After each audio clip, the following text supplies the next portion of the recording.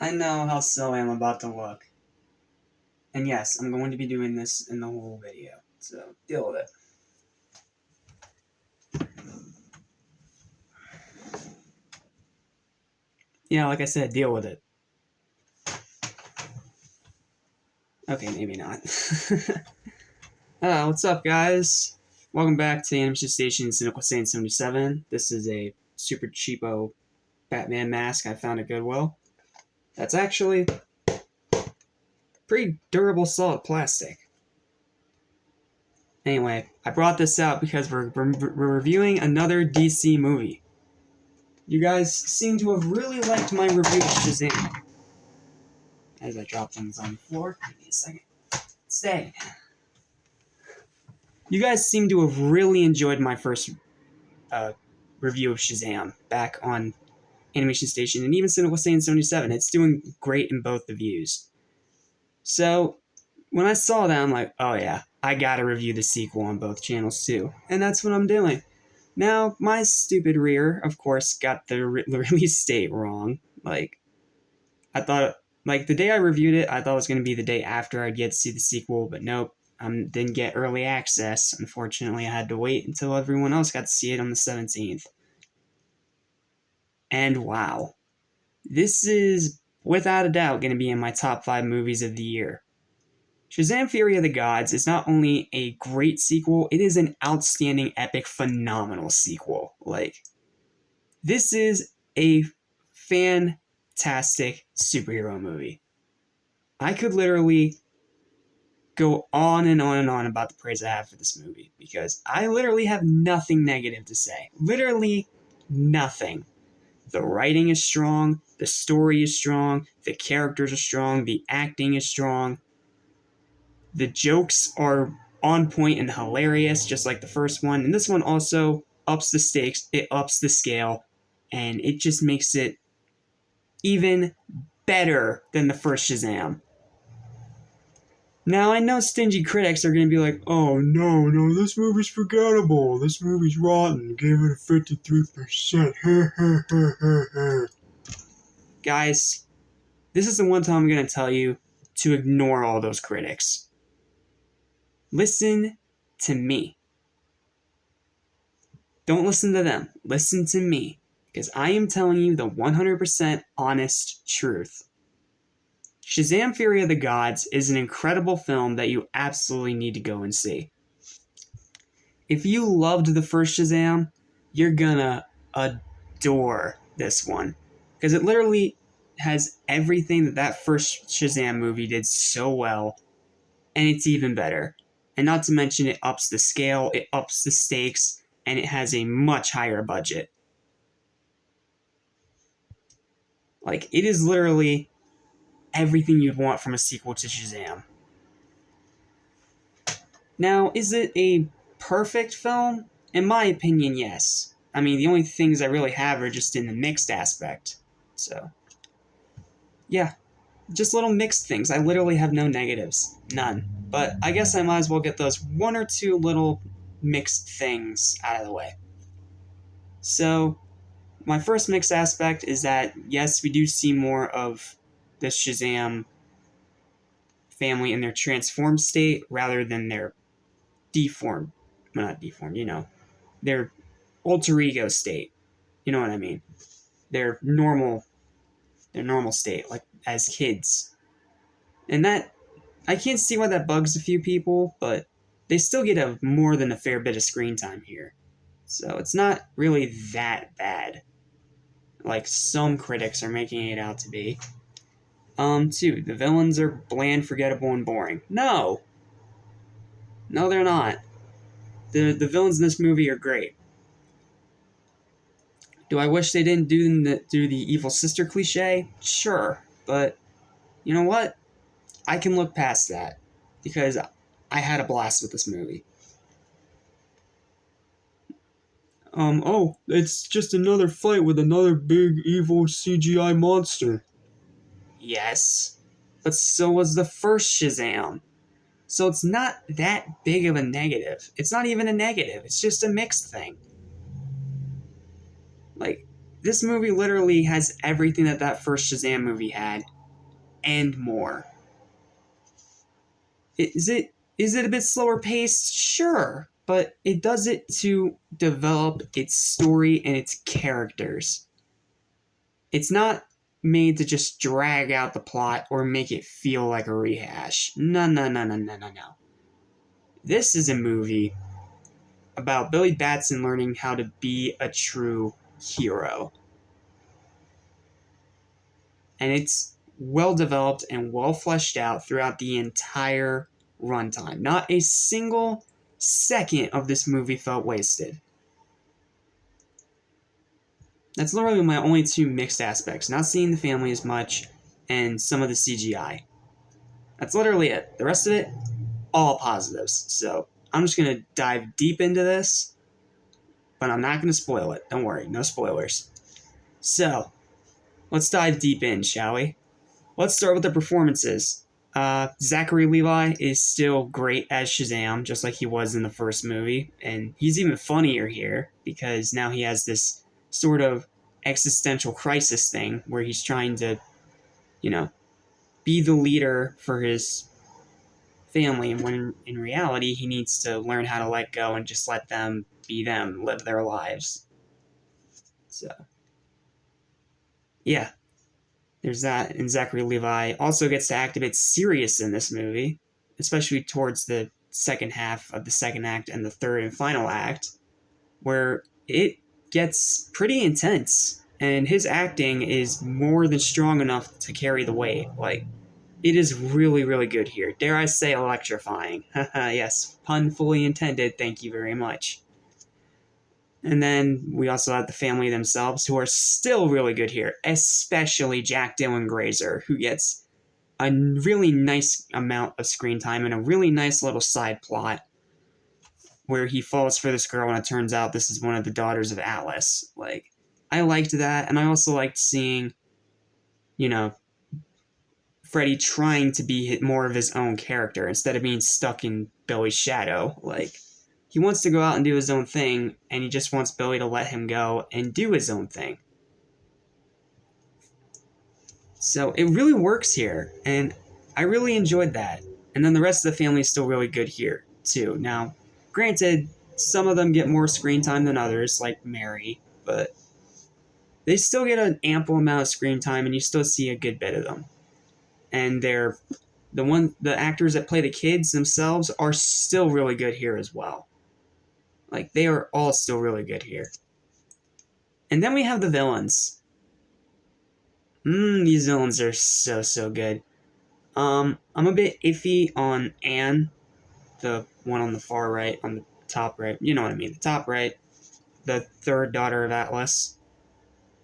Yes, this poster spoils it, so it's not a spoiler. Hush. Like, I was a little iffy on her, but her performance was still really good here. But the real stars here are Helen Mirren and Lucy Liu. Lucy Liu plays a phenomenal, awesome, badass villain that, yes, is just evil for the sake of being evil when you really think about it, but this is Shazam. This is a movie that's not meant to be taken too seriously. It's a movie that's trying to be good, goofy fun, while also have some nice serious moments in there as well for character development. And I think Lucy Liu does a great job with that here. Like, her character, she starts out as, the henchwoman or just another sister of Helen Mirren's character, but then that is the spoiler, I guess, but yeah, she gets more maniacal and evil throughout the runtime, and by the end, she's a pretty scary villain, and the things that she can do, ooh, it is bone-chilling. It is some really messed up stuff.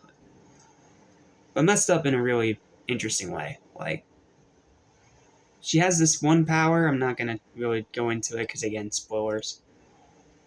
But when you see it, it is going to feel like a horror movie to you. Like, when you see her power, what she can do, without even having to touch anybody, it is going to scare you. Like, really scare you. Even more than that office scene from the first Shazam. And then we come to Helen Mirren's character, who is also really good here as the leading daughter of Atlas, trying to reclaim the staff that belonged to her father. And she's really good here. Not only is she menacing like she needs to be, but she is also just as, if not even more funny than Shazam himself, because her comedic timing and her humor matches so well with him. Their scenes together are just perfect. Great chemistry between the actors, great interaction between the two characters, and the fights they have are just a lot of fun to watch. Then we come to the directing by David F. Sandberg. This guy's mostly known for horror, and I can definitely see a lot of those undertones here. A lot like when Sam Raimi did Multiverse of Madness. You can see a lot of horror undertones in here, but it's not to the point of damaging the movie or making it feel like a straight-up horror film. No, it's just to give it some stakes and some tension. And I think here it really works, and his directing is great here. I also really like that this movie got an increased budget, which meant they were able to up the scale and do far more fights than the first one. And since it's going with a more somewhat serious storyline, it works here. And the fights themselves are great. Like, especially that final fight, even though the trailers kind of spoiled it, but that final fight is so good here. And the way it completes Billy's character arc throughout the movie really works here, and it's perfect, and it's just fantastic. Like, it is so good here. There's also a fair bit of emotional scenes in here that are very effective, and then there's also great cinematography. Like, there are some beautiful shots in this movie. Like, yes, there's CG monsters, I know, and I know that bugs a lot of people, but when the movie is this fun and this entertaining, not to mention, again, there were CG monsters in the first Shazam, so it's not that big of a problem. Some of the shots in this movie are still beautiful, like, especially like the one scene where they have like a sunset in the background. Like, Shazam's costume really pops against that really light, mellow color in the sky. Like, it looks so cool. The writing here is also fantastic. Not only is the story itself strong and doesn't feel like a throwaway, but the humor especially is great here. Almost every single line of this movie, I was laughing. Like, not just a snicker, not just a little chuckle. I was straight up laughing. Like, this is a hilarious film, and its writing is just as good, if not even better, than the first Shazam. Like, there are so many great jokes in this movie that are just going to make you laugh when you see them. Like, this is a hilarious movie, just like the first one, if not even funnier than the first one. And yes, I know there is that one joke that people are going to roll their eyes at, but you know what, it's fine. And then the one cameo we do get in here, that was kind of very spoiled from a TV spot, but I'm still not going to say who it is. For those that didn't actually see that, which if you didn't, then good, you're going to have a nice little surprise waiting for you. It's really good. And it's not like Superman the first movie when it was just, you just saw his body holding a lunch tray. You didn't see his head or anything. This time you see the full character. And she also plays a really good role at the end. Now, granted, I know that some people can feel like that's a little bit thrown in or rehashed, but it's not that bad. Like, yes, I can get that some of the parts about the appearance of this character can piss a few people off, but you know what? It's there to be there, and it's cool. Not to mention, she was also... No, they were in another part very early on in the movie that led to one of the funniest jokes in the movie that literally had me on the floor laughing. I literally had to pause the movie until I stopped laughing. I was laughing too hard to even try to focus. Like, it is that kind of movie that just puts a smile on your face. And it is also going to hit you with those emotional moments as well. And this is what makes these Shazam movies such a great series, because they're able to flip from goofy to serious on a dime, and it doesn't feel forced. Like, it feels very natural. It feels very, it's fluent. It flows very well. It doesn't feel forced. It doesn't feel thrown in. It feels great here. Like, that's what's great about these movies. They're able to flip from serious to goofy, like literally like that. And it works so well every time they do it. Especially here. I think it's done even better here than it was in the first. And the scale is good. Not the scale, sorry. The increased scale is good. The set design is great, even though, yes, I know there's a lot of green screen CGI. I know. But you know what? I'm willing to let it slide because of how much fun I had. Like, if I'm able to have a great time with a movie, I'm able to overlook some of the other deficiencies.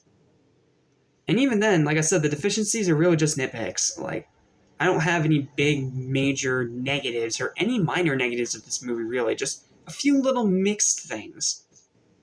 The rest, positivity. Nothing but positivity. Literally nothing but positivity. I could literally go on about this movie for hours and hours on end. And I plan to do that at some point in a spoiler review, but for now, let me just say this. Don't believe what the critics are saying by calling this dull, generic, or pointless, okay? Don't believe what the critics are saying. This movie has a purpose, and it is absolutely worth your time and worth watching. Now, I know me saying it's even better than the first Shazam is going to be controversial, but you know what? It's my opinion. And you know what? A little newsflash to those critics. If you check on Rotten Tomatoes, you know what the audience score for this movie is? 84%. 84. Which means that it's literally another one of those movies where critics are going to absolutely bash it for pretty much no reason or no merit whatsoever.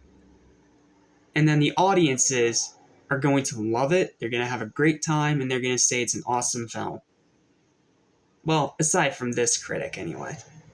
And usually with these kind of movies, like, you saw my review of Black Adam. Like, I was not very kind to that movie. I gave it a 6. I thought it was just barely above average and very frustrating.